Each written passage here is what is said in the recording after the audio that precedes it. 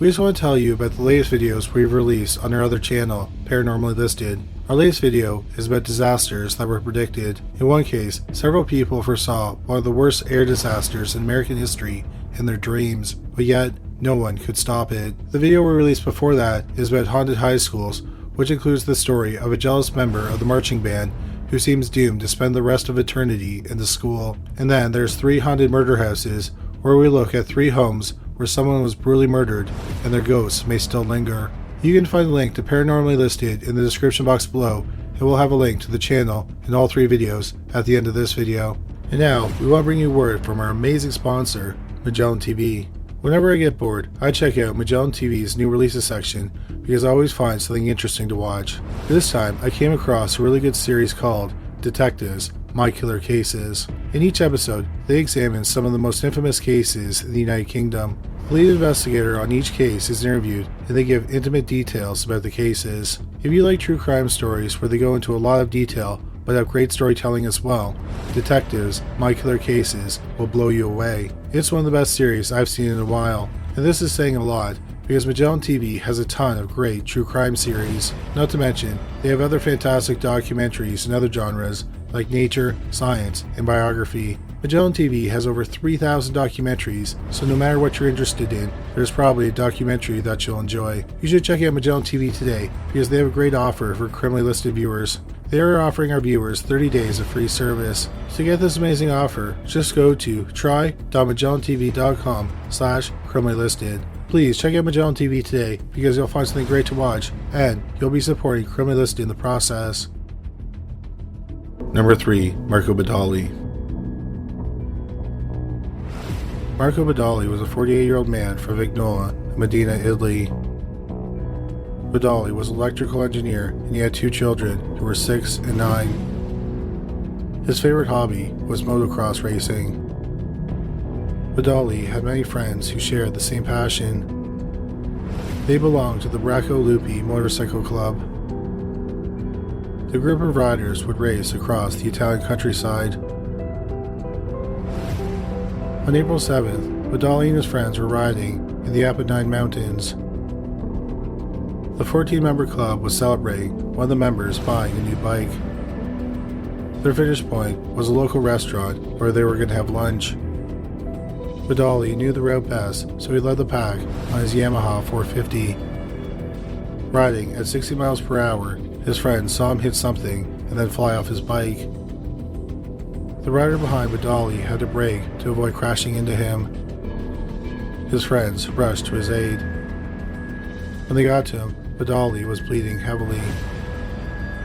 A piece of piano wire strung between 2 trees had cut his throat.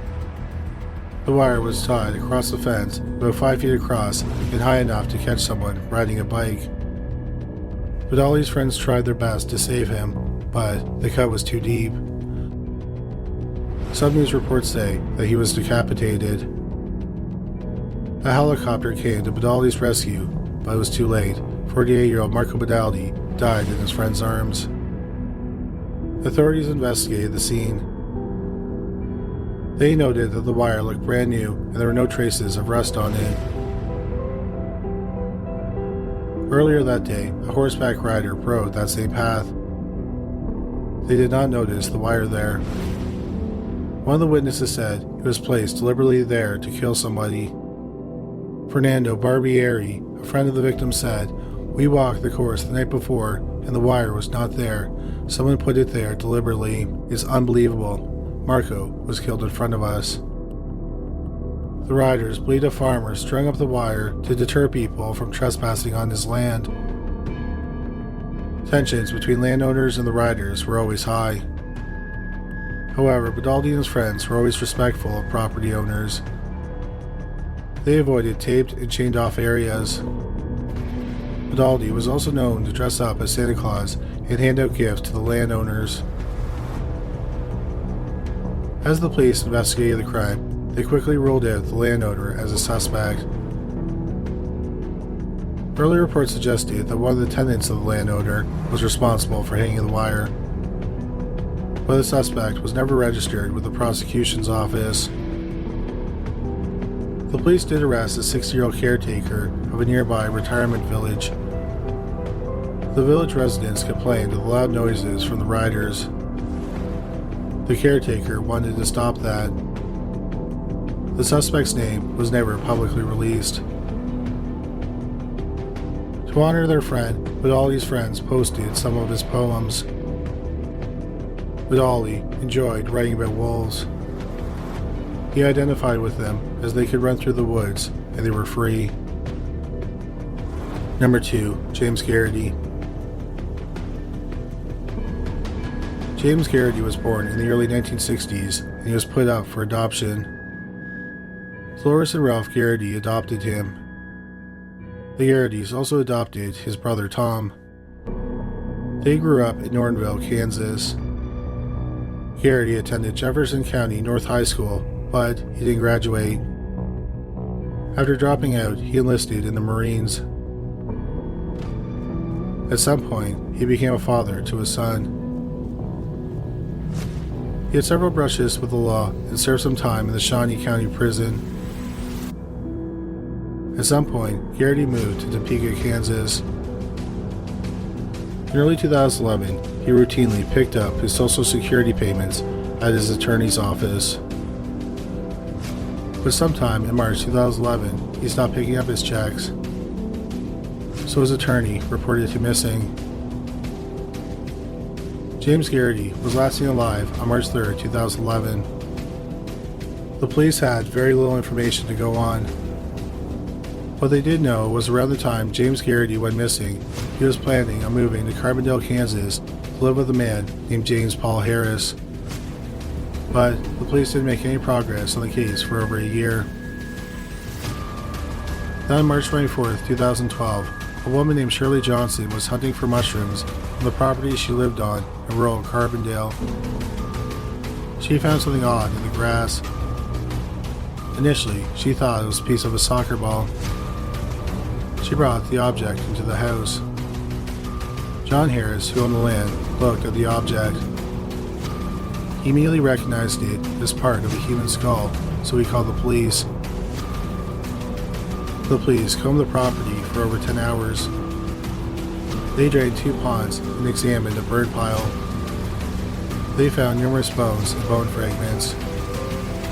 The police thought that the remains might belong to James Garrity. When James went missing, he was planning on moving in with a man named James Paul Harris. The remains were found on Harris's father's property. Forensic investigators tested the skull fragments and created a DNA profile. James Garrity's brother, Tom, offered to help by giving a sample of his DNA. The problem was that they were adopted brothers, so they didn't share the same DNA. But Tom had an idea. He got hairs from James' baby book.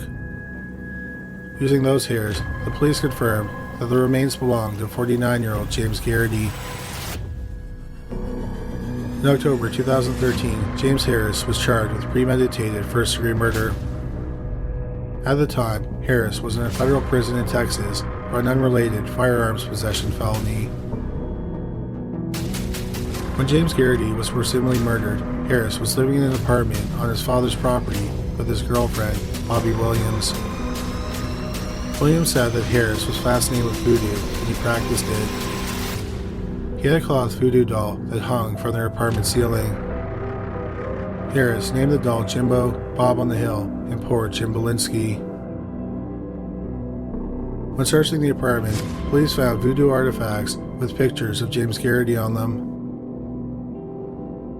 Bobby Williams told the police that Harris shot James Garrity in the stomach. He kept him alive for 2 days, torturing him.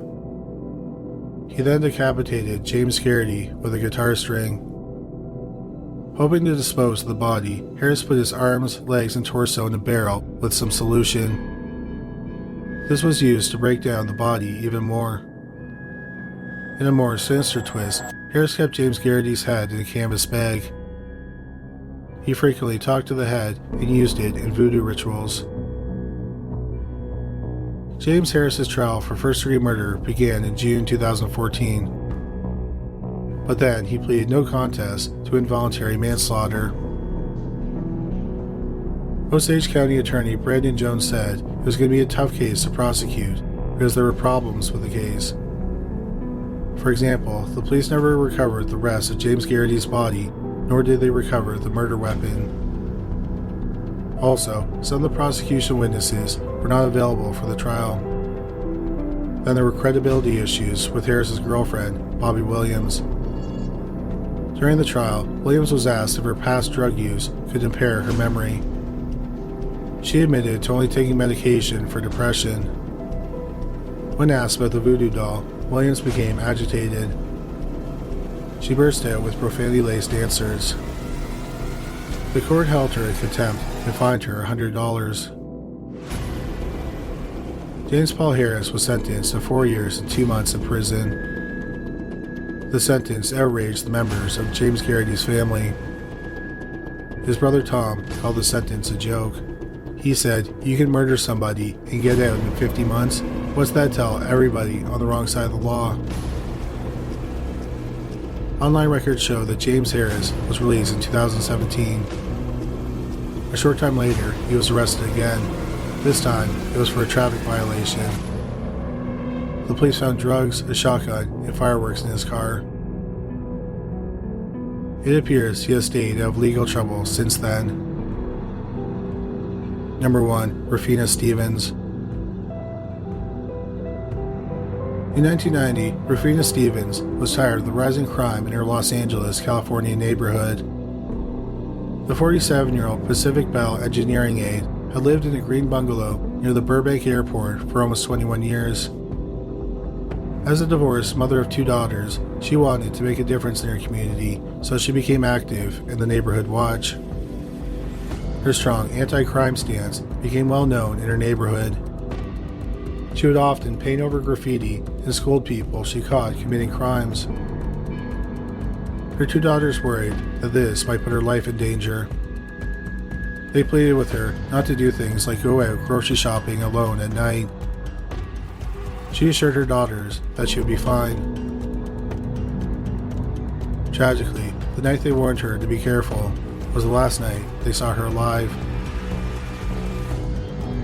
On the morning of February 9, 1990, 47-year-old Rufina Stevens was found dead.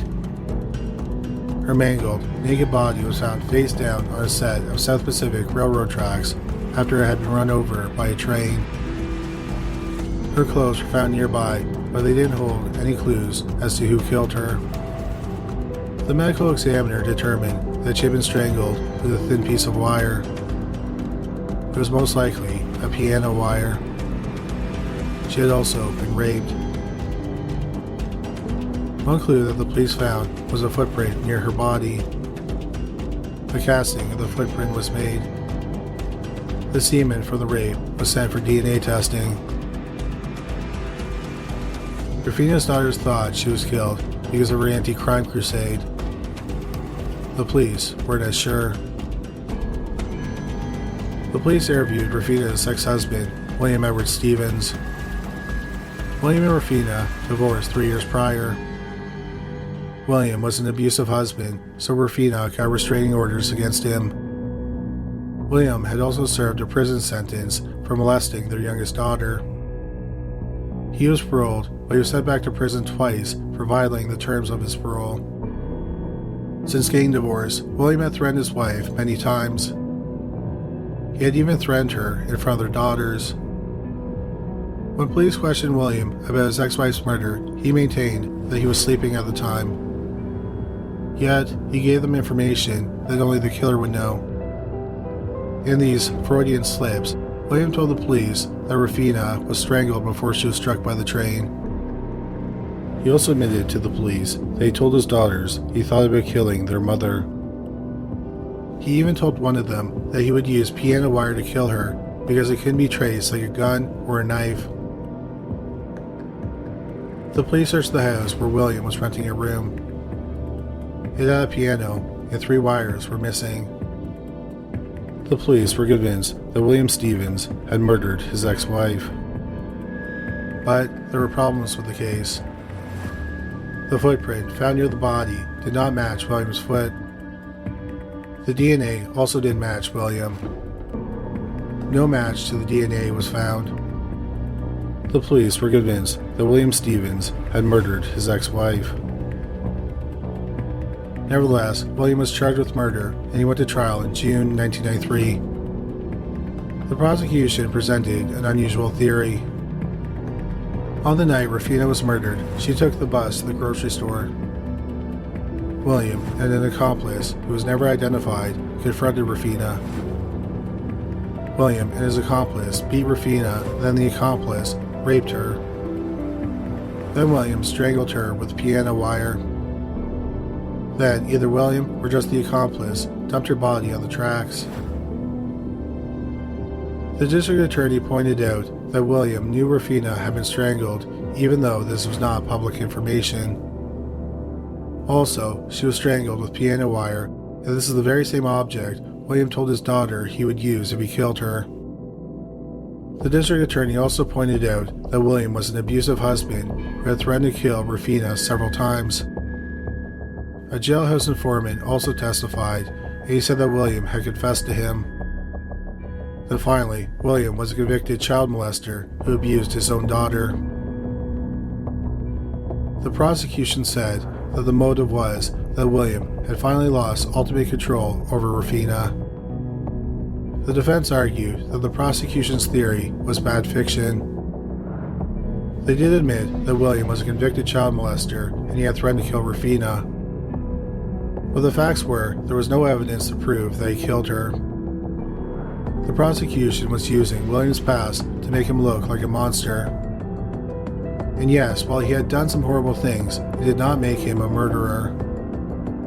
Also, the most significant thing that William told the police that if he were to kill Rufina, he would use a piano wire. The defense hired a private pathologist to testify. The pathologist claimed that Rufina's injuries were not caused by a piano wire, but by a smaller tool. One of Rufina's neighbors testified that she had hired a transient to work around her home. On the day of the murder, she left him with a wire survival saw to cut tile. The next day, the transient disappeared along with the wire saw. William Stevens' trial lasted 2 months, and then the jury deliberated for 3 days. William Stevens was found guilty of first-degree murder. William Stevens was sentenced to life without parole. A search of the California Department of Corrections and Rehabilitation does not indicate where William Stevens is incarcerated. Since he was serving life without parole, he most likely died in prison, and that information was not made public. Thank you so much for watching today's video. Please don't forget to check out our new channel, Paranormally Listed.